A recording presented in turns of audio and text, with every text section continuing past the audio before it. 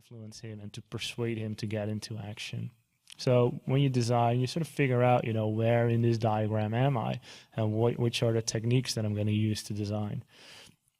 So what you do then is actually sort of figure out what each party needs to get out of the conversation, right?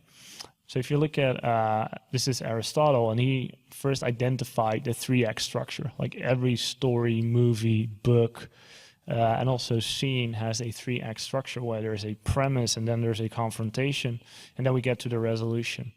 And it's the same for chatbot dialogue. So we have, a human, a user, and a bot that both have an ambition within this goal.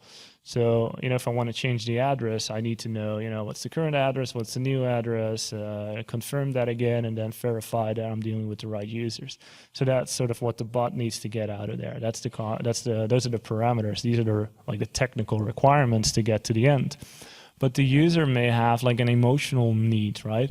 If he's maybe insecure about, he's dealing with an insurance company and he doesn't know a lot about finance, so he's a bit scared and reluctant. So we need to, put him at ease and guide him through here. So he has emotional needs.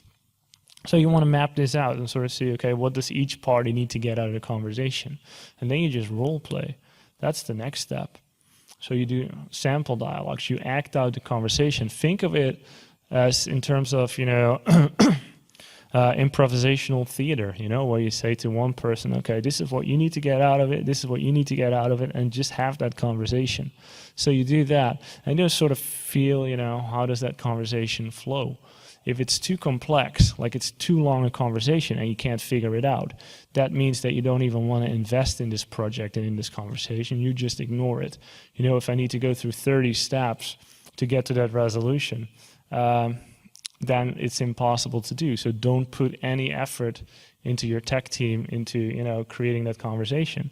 So it's a way of creating a natural flow, but it's also a way of saving a lot of money.